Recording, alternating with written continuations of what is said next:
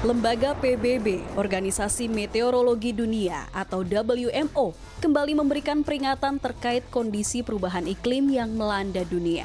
Hal ini dituangkan dalam sebuah laporan baru yang dirilis saat Hari Lingkungan Sedunia. Secara rinci, WMO mengatakan kenaikan suhu rata-rata global setiap tahun antara tahun 2024 dan 2028 diperkirakan berkisar antara 1,1 derajat Celcius dan 1,9 derajat Celcius. Ini lebih tinggi dari suhu dasar tahun 1850 hingga 1900 atau periode praindustri.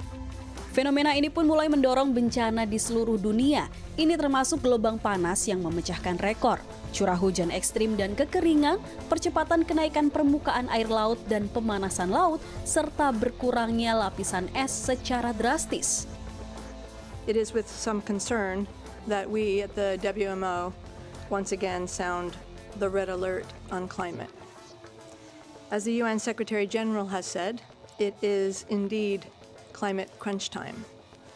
The WMO Global Annual to Decadal Report, which we are releasing today, provides temperature predictions for the next 5 years, and the statistics are startling. And this report makes it clear that we are on a record-breaking warming path. It's expected to get even worse over the next 5 years.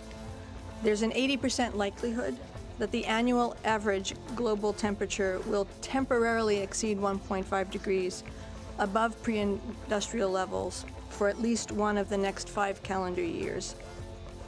Back in 2015, the chance was close to zero.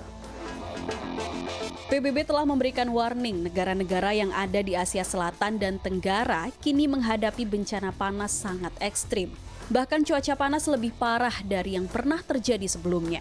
Walaupun tidak sepanas negara Asia Tenggara lainnya yang terpapar gelombang panas seperti Myanmar yang mencapai 45,8 derajat Celcius dan Thailand 44 derajat Celcius, sejumlah wilayah di Indonesia tetap mengalami suhu panas terik sebagai akibat dari siklus tahunan dari gerak semu matahari.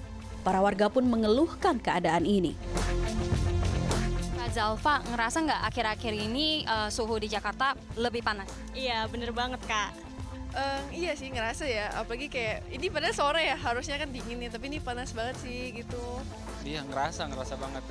Dulu itu panasnya masih masih bisa ditoleransi lah, kalau sekarang udah nggak bisa. Selesai mandi aja itu udah keringetan lagi langsung gitu, itu terasa banget sih gitu.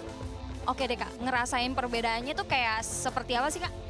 Kalau keluar tuh jadi kerasa lebih kesengat gitu ya di kulit ya, kayak terus cepat keringetan.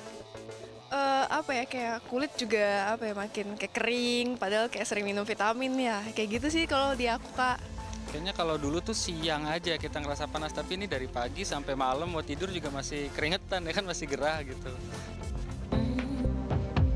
Perubahan iklim yang terjadi secara drastis telah dirasakan oleh hampir seluruh negara di dunia dan berujung pada dampak negatif terhadap perekonomian suatu negara.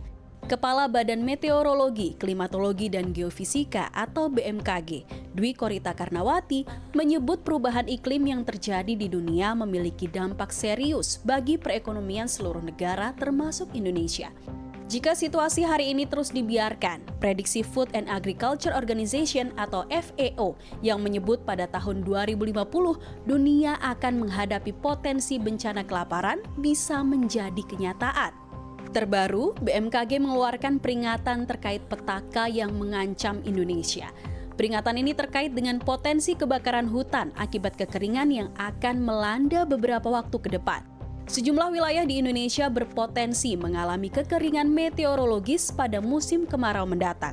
Meskipun sejumlah wilayah masih mengalami hujan yang berdampak pada bencana hidrometeorologi basah seperti banjir, banjir bandang, banjir lahar, dan longsor. Di sini berdasarkan jumlah zona musim, sebanyak 19% wilayah Indonesia saat ini telah memasuki musim kemarau. Jadi belum semua. Jadi memang tidak mengherankan bila wilayah tadi seperti Jawa, sebagian besar Jawa, Bali, Nusa Tenggara Barat, Nusa Tenggara Timur itu sudah kering, tapi masih ada wilayah yang lebih luas lagi itu malah belum belum memasuki kemarau. Jadi masih ada banjir ya, banjir bandang itu masih ada. Jadi dalam kondisi saat ini kita mengalami bencana hidrometeorologi baik basah dan kering dalam waktu yang bersamaan. Hanya areanya berbeda, kurang lebih dipisahkan oleh khatulistiwa. Dalam pidato pembukaan World Water Forum 2024 di Bali pada 20 Mei lalu, Presiden Joko Widodo bahkan mengungkapkan sebuah prediksi yang mengkhawatirkan mengenai krisis air yang berdampak pada pertanian. Jokowi mengungkapkan pada 2050, 500 juta petani kecil sebagai penyumbang 80% pangan dunia diprediksi paling rentan mengalami kekeringan akibat perubahan iklim global. Bisa kita bayangkan, dari 72% permukaan bumi yang tertutup air, hanya 1% yang bisa diakses dan digunakan sebagai air minum dan keperluan sanitasi. Bahkan di tahun 2050, 500 juta petani kecil sebagai penyumbang 80% pangan dunia diprediksi paling rentan mengalami kekeringan. Tanpa air, tidak ada makanan, tidak ada perdamaian, tidak ada kehidupan. No water, no life, no growth. Oleh sebab itu, air harus dikelola dengan baik karena setiap tetesnya sangat berharga. Bahkan Menteri Keuangan Sri Mulyani mengingatkan akan besarnya tantangan serta berbagai resiko ekonomi global yang mungkin terjadi hingga 2025. Menurut Sri Mulyani, setidaknya ada 6 tantangan besar yang harus dihadapi dunia ke depan. Salah satunya perubahan iklim.